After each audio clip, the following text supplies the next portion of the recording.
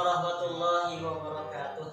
Anak soleh di rumah, gimana kabarnya? Semoga kalian selalu diberi kesehatan dan diberi kemudahan untuk belajar lebih giat dan lebih semangat lagi di rumah ya. Alhamdulillah, di kesempatan hari Kamis tanggal 10 September ini, di pelajaran Tarikh Islam atau Sejarah Kebudayaan Islam, Bapak akan menyampaikan materi yang bentuknya mengulang materi yang sudah Bapak sampaikan sebelum-sebelumnya. Jadi sekarang kita akan mengulang pelajaran-pelajaran sebelumnya. Mari kita buka belajar kita ini dengan basmalah. Bismillahirrahmanirrahim. Semoga dengan mengawali bismillah tadi menjadikan ilmu yang kita dapatkan menjadi sebuah keberkahan untuk diri kita. Anak soleh di rumah, di pelajaran kali ini pertama kita akan membahas yaitu perintah untuk berdakwah. Kita sudah menyampaikan, Bapak sudah menyampaikan materi ini melalui video di minggu-minggu yang lalu, dan kita sekarang akan mengulas ulang kembali apakah betul-betul anak soleh memperhatikan betul. Kemudian mungkin ada yang belum paham di sebelah mana yang ingin ditanyakan. Sekarang Bapak akan mengulang pelajaran yang sudah Bapak pernah sampaikan. Nabi Muhammad SAW sebelum masuk ke pelajaran menerima wahyu yang pertama kali yaitu di Gua Hira melalui malaikatnya yaitu malaikat Jibril. Allah Subhanahu wa Ta'ala mengirim malaikat Jibril alaihi salam kepada Nabi Muhammad sallallahu alaihi wasallam sebuah wahyu. Di mana diturunkannya? Di Gua Hira. Pertama kali wahyu diturunkan yaitu surat Al-Alaq ayat 1 sampai yang ke-5. Iqra bismi rabbikal ladzi khalaq. Iqra, bacalah wahai Muhammad, bismi rabbikal ladzi khalaq, dengan menyebut nama Tuhanmu yang Maha Mencipta. Ayat 1 sampai 5 Allah turunkan wahyu pertama kepada beliau sebagai bentuk bahwa Nabi Muhammad diperintahkan untuk membaca. Kemudian setelah itu tidak lagi turun wahyu. Lumayan lama jeda antara wahyu yang pertama dan wahyu yang kedua. Setelah lama kemudian barulah turun wahyu kedua, yaitu wahyu yang memerintahkan kepada Nabi Muhammad SAW untuk berdakwah secara sembunyi-sembunyi. Melalui ayat apa Allah Subhanahu wa Ta'ala memerintahkan beliau? Di wahyu yang kedua, surat Al-Muddatsir ayat 1 sampai 7. Ya ayyuhal muddatsir, wahai orang-orang yang berselimut, yang berada di dalam balik selimut, yang hidup dalam kesenangan. Fa'anzir, bangun dan berilah peringatan kepada mereka orang-orang musyrik. Wa rabbaka fakabbir, agungkanlah nama Rabbmu Allah Subhanahu wa Ta'ala. Wa siyabaka fatahhir, bersihkanlah pakaian lusuhmu Muhammad. Warrujz wa siyabaka fatahhir warrujza fahjur, dan tinggalkanlah perbuatan dosa. Ajaklah mereka untuk meninggalkan kemusyrikan orang-orang yang mereka lakukan, agar orang-orang kafir Quraisy mau dan kemudian masuk ke dalam agama Islam, meninggalkan peribadatan yang dalam rangka menyekutukan Allah. Diajak untuk menyembah hanya kepada Rabb semesta. Inilah perintah yang Allah berikan kepada Nabi Muhammad melalui surat Al-Muddatsir, yaitu perintah untuk berdakwah secara sembunyi-sembunyi setelah mendapatkan wahyu. Nabi Muhammad SAW, kemudian beliau langsung bergegas tanpa bertanya kepada malaikat Jibril, langsung pergi kepada orang terdekat beliau, yaitu istri beliau, Khadijah, Sayyidah Khadijah. Istri beliau adalah orang yang pertama kali di kalangan wanita masuk Islam. Setelah Sayyidah Khadijah masuk Islam, kemudian setelah itu Ali bin Abi Thalib, sepupu beliau, masuk ke dalam rumah Nabi Muhammad, yang pada saat itu Rasulullah SAW, Nabi Muhammad dan istrinya Sayyidah Khadijah sedang melaksanakan sholat. Ketika masuk, Ali bin Abi Thalib membuka pintu rumah tanpa mengucapkan sepatah kata, langsung membuka pintu rumah, dan dilihatlah oleh Ali bin Abi Thalib Nabi Muhammad dan istri Muhammad, Sayyidah Khadijah, sedang melaksanakan sholat. Ali bin Abi Thalib hanya bengong tanpa bisa berkata-kata, dengan penuh rasa heran. Sebenarnya banyak sekali yang ingin dipertanyakan, tapi dengan keheranan yang begitu besar dalam pikiran dan hati Ali bin Abi Thalib, sehingga Ali bin Abi Thalib tidak bisa berkata apa-apa pada saat itu. Ketika membuka pintu rumah Nabi, dilihatlah Sayyidah Khadijah dan Rasulullah sedang sholat. Ali bin Abi Thalib tidak bisa berkata apa-apa. Diperhatikanlah rakaat, gerakan demi gerakan sholat, mulai dari berdiri, kemudian ruku, sujud, kemudian ditutup dengan tahiyat. Setelah selesai dalam sholatnya Rasulullah SAW dan Khadijah, Ali bin Abi Thalib langsung bertanya kepada Rasulullah, "Ya Muhammad, wahai kakakku, apa yang kau perbuat? Mengapa engkau sujud?" Lantas kemudian Nabi Muhammad dengan jawaban santai, beliau mengatakan kepada Ali, menjelaskan kepada seorang anak, Ali ini masih kecil, tapi tingkat kecerdasannya melebihi orang-orang dewasa pada zaman itu. Dengan berani Ali bertanya kepada Nabi, "Ya Muhammad, untuk apa kamu bersujud? Untuk apa kamu melakukan gerakan-gerakan seperti tadi?" Maka dijawab oleh Rasulullah, "Ali, sungguh yang aku lakukan saat ini adalah bentuk ibadahku kepada Rabbku, Rabb semesta alam, Tuhan yang menciptakan segalanya, Tuhan yang memiliki segalanya yang ada di alam semesta ini.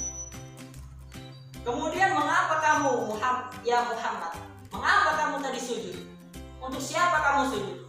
Dijawab oleh Nabi, "Aku sujud adalah sujud syukurku, tanda tunduk dan patuhku kepada Rabb semesta alam." Maka setelah itu Ali bin Abi Thalib bukan seperti anak-anak lain menertawakan, tidak, karena tingkat kecerdasannya, tingkat pola pikirnya sungguh luar biasa. Beliau terdiam dan terus berpikir. Beliau langsung pamit, pulang ke rumah, laporan kepada paman beliau. Ali bin Abi Thalib laporan ke pamannya. Siapa pamannya? Yaitu Abu Thalib. Laporan, "Tadi aku lihat kakakku melakukan ibadah yang tidak ada tuntunannya dalam ajaran kita ini. Dia sujud, dia membaca, entah kepada siapa." Pamannya pun heran, Abu Thalib. Kemudian setelah itu akhirnya Ali bin Abi Thalib menceritakan, kemudian langsung pergi. Ketika menceritakan tadi kepada pamannya, muncullah ketenangan. Seperti ada hal yang berbeda. Dia merasakan kebenaran yang ada pada diri Muhammad, kakak sepupunya tadi. Ali bin Abi Thalib merasa ada sebuah titik kebenaran dari gerakan-gerakan dan dari ucapan jawaban yang diucap oleh kakak Ali bin Abi Thalib, yaitu Nabi Muhammad SAW. Tanpa berpikir panjang, setelah berpikir semalaman, kemudian dia pagi harinya pergi ke rumah Nabi dan menyatakan dirinya untuk masuk Islam. Setelah Ali bin Abi Thalib masuk Islam, selang beberapa hari kemudian Rasulullah SAW pergi kepada sahabat terdekatnya, sahabat di masa kecilnya. Beliau Nabi Muhammad punya sahabat terdekat dari kecil hingga dewasa pada saat itu, yaitu siapa? Abu Bakar As-Siddiq. Beliau menyampaikan dakwah beliau kepada Abu Bakar As-Siddiq. Ya Abu Bakrin, wahai Abi Bakar, apakah engkau percaya?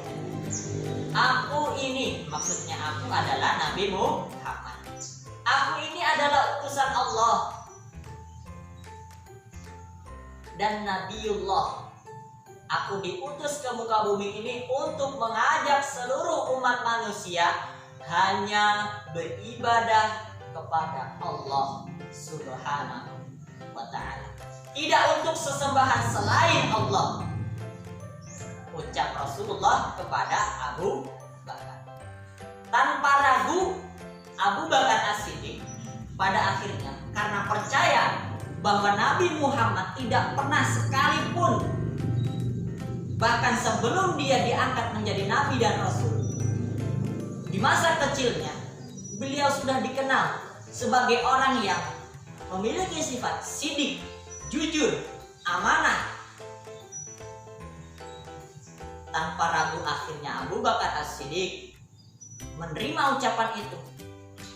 Tanpa berpikir panjang langsung masuk menyatakan dirinya, saya ingin menjadi seorang muslim. Akhirnya Abu Bakar As-Siddiq masuk Islam. Kemudian setelah itu Abu Bakar As-Siddiq pun pergi kepada sahabat sedekat. Sahabat yang terdekat dengan Abu Bakar As-Siddiq, beliau sapa, beliau pergi ke mereka. Hingga suatu ketika Abu Bakar As-Siddiq bertemu dengan sahabat-sahabat terdekatnya, yaitu Bisa Anak Solih. Lihat di halaman 4, di paragraf yang pertama, baris yang ke-7. Bisa Anak Solih lihat. Di situ ajakan Abu Bakar ini disambut baik oleh sebagian teman-temannya, seperti Utsman bin Affan, Zubair bin Awwam, Thalhah bin Ubaidillah, Abdurrahman bin Auf, dan Sa'ad bin Abi Waqqas. Mereka lah 5 sahabat Abu Bakar As-Siddiq. Begitu pula Abu Bakar As-Siddiq menyampaikan dakwah Nabi tadi kepada 5 sahabat. Wahai sahabatku, wahai temanku, apakah kamu percaya dengan apa yang aku katakan sekarang ini? Sungguh telah datang seorang nabi dan rasul di antara kita. Dia mengajak umat manusia untuk beribadah hanya kepada Allah, Sang Pemilik semesta. Apakah kamu percaya kepadaku? Apakah kamu mau beriman kepada apa yang aku yakini? Setelah Abu Bakar As-Siddiq mengajak kepada 5 sahabatnya tadi, tanpa berpikir panjang lagi, karena Abu Bakar As-Siddiq juga dikenal dengan kejujurannya. Bahkan sebelum ia masuk dalam agama Islam, ketika beliau masih dalam keadaan jahil, sebelum masuk Islam beliau sudah dikenal dengan sifat kejujurannya. Makanya Abu Bakar mendapat julukan, mendapat gelar, yaitu As-Siddiq. Bila kita lihat Abu Bakar ditambahkan belakangnya As-Siddiq. Abu Bakar As-Siddiq. Abu Bakar yang jujur. Kemudian Bapak ulang sekali lagi, di antara wanita yang pertama kali masuk Islam yaitu Sayyidah Khadijah, istri beliau. Di antara anak-anak kecil pada saat itu yang masuk Islam adalah Ali bin Abi Thalib. Di antara sahabat terdekat kecilnya Nabi yang menyatakan diri masuk Islam adalah Abu Bakar. Kemudian di antara sahabat terdekat Abu Bakar yang masuk Islam tadi Zubair bin Awam, kemudian Abdurrahman bin Auf, Sa'ad bin Abi Waqqas, Utsman bin Affan, Thalhah bin Ubaidillah. Mereka itulah yang pertama kali masuk Islam. Kemudian diabadikan oleh Allah Subhanahu wa taala, mendapat gelar khusus untuk mereka. Bisa anak soleh lihat di paragraf pertama, baris yang terakhir. Di kemudian hari mereka disebut dengan as-sabiqunal awwalun, orang-orang yang pertama kali masuk Islam, mendapat julukan langsung dari Allah Subhanahu wa taala dan diabadikan mereka as-sabiqul awwalun di dalam Al-Qur'an. Nah, setelah orang terdekat masuk Islam dengan dakwah yang Nabi Muhammad SAW sampaikan, orang-orang makin banyak masuk Islam di antara penduduk Makkah pada zaman itu. Akhirnya turunlah wahyu. Setelah itu wahyu yang memerintahkan Nabi berdakwah secara terang-terangan. Sebagaimana bisa anak solih lihat di halaman 6 ayat yang pertama, surat Al-Hijr ayat 94. Allah Subhanahu wa taala berfirman, "Fasda bima tu'marun wa a'rid 'anil musyrikin." Yang kedua, "Wa anzir 'ashiratakal aqrabin." Fasda bima tu'marun, maka sampaikanlah apa yang kami perintahkan kepadamu Muhammad. Wa a'rid 'anil musyrikin, dan berpalinglah kamu Muhammad dari orang-orang musyrik. Ayat ini menunjukkan kepada Nabi Muhammad untuk berdakwah langsung secara terang-terangan karena kekuatan dakwah sudah dimiliki.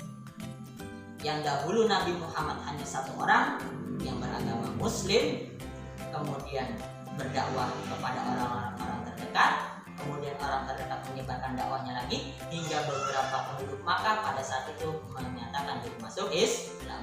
Ketika kekuatan Islam sudah datang, Nabi Muhammad memiliki pengikut yang banyak, pengikut yang beriman.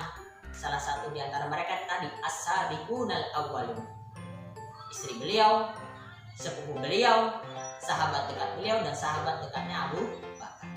Beliau sudah memiliki kekuatan, kemudian Allah menurunkan firman-Nya di dalam surat Al-Hijr untuk berdakwah secara terang-terangan. Maka kepada siapa pertama kali beliau berdakwah terang-terangan? Yaitu kepada Bani Hashim.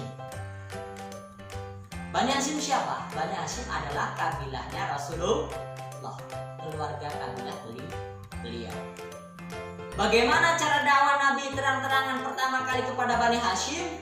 Yaitu dengan cara Nabi mengajak kepada Bani Hashim, kabilah Bani Hashim, untuk mengikuti acara makan di rumah beliau. Akhirnya diadakanlah makan-makan. Setelah makan-makan, Nabi Muhammad SAW mengatakan, "Ya Bani Hashim, wahai Bani Hashim, sungguh telah datang di antara kalian seorang nabi dan rasul yang membawa risalah,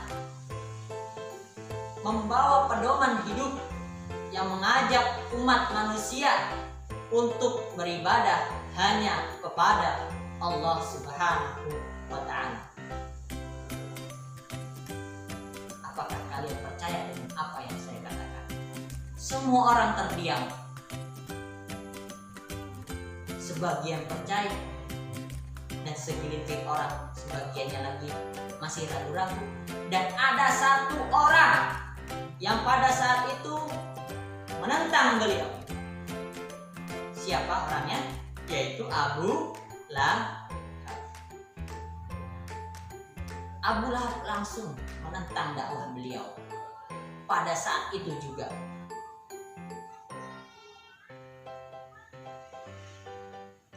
Apa yang dikatakan Abu Lahab? Hei Muhammad, celaka sekali kamu ini. Apakah hanya untuk hal ini kamu kumpulkan kami di sini untuk mengatakan hal yang sia-sia ini?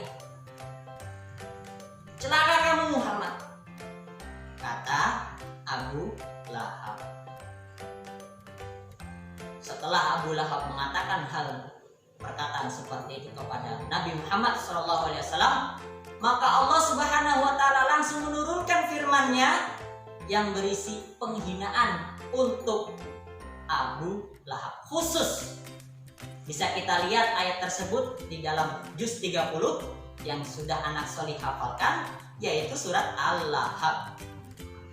Tabbat yada abi lahabin wa tab. Celakalah kedua tanganmu wahai Abu Lahab. Celakalah. Allah Subhanahu wa Ta'ala berfirman, Tabbat yada abi lahabin wa tab, yang artinya celakalah kedua tanganmu, maka celakalah. Ma aghna anhu maluhu wa ma kasab. Sungguh tidak berguna harta yang kamu miliki dan apa yang kamu usahakan.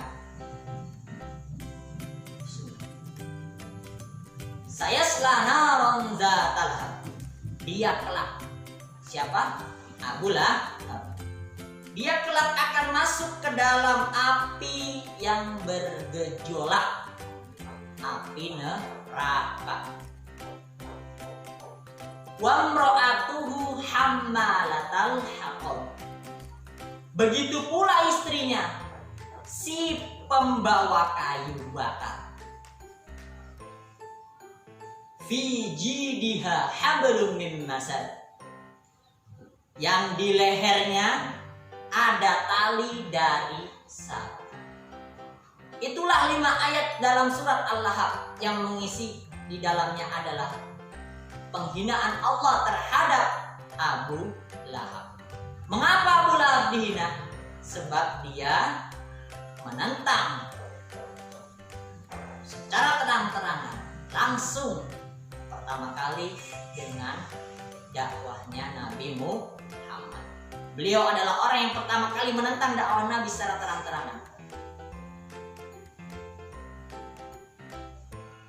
Kemudian para pemuka Quraisy yang ada di rumah beliau di acara makan-makan itu, ketika Nabi Muhammad menyampaikan dakwah tadi, langsung mereka semua menyadari ini adalah benar-benar sebuah ancaman bagi kami.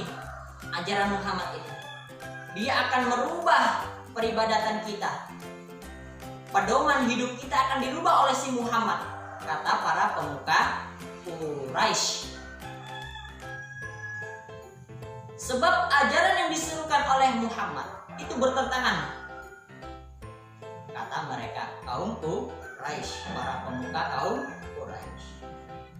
Bahkan membahayakan kedudukan mereka dengan adanya dakwah Nabi yang tadi, sehingga orang banyak nanti percaya dengan ajaran Nabi Muhammad. Pemuka Quraisy merasa takut dengan kedudukan mereka. Mereka sudah menjadi petinggi-petinggi, menjadi penjabat-penjabat, pemimpin-pemimpin di kabilah kaum Quraisy.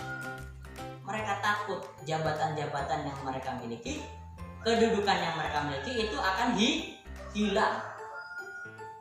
Maka dengan itu Nabi Muhammad SAW dengan banyaknya hinaan yang datang kepada beliau, seperti tadi hinaan secara langsung yang diucapkan oleh Abu Lahab, kemudian Allah langsung menurunkan sebuah ayat yang memberikan penghinaan khusus untuk Abu Lahab dengan semua ujian yang pertama kali beliau dapati saat dakwah secara terang-terangan. Sungguh luar biasa, sebuah contoh kebaikan yang beliau ajarkan kepada kita. Nabi Muhammad tetap sabar dalam menjalani dakwah kenabian hingga akhir hayatnya. Beliau menyisakan banyak sekali manfaat. Hingga saat ini kita hidup, kita merasakan nikmatnya, yaitu kita merasakan manisnya Islam dan manisnya iman dalam diri dan hati kita. Kurang lebihnya Bapak mohon maaf. Billahi taufiq wal hidayah. Assalamualaikum warahmatullahi wabarakatuh.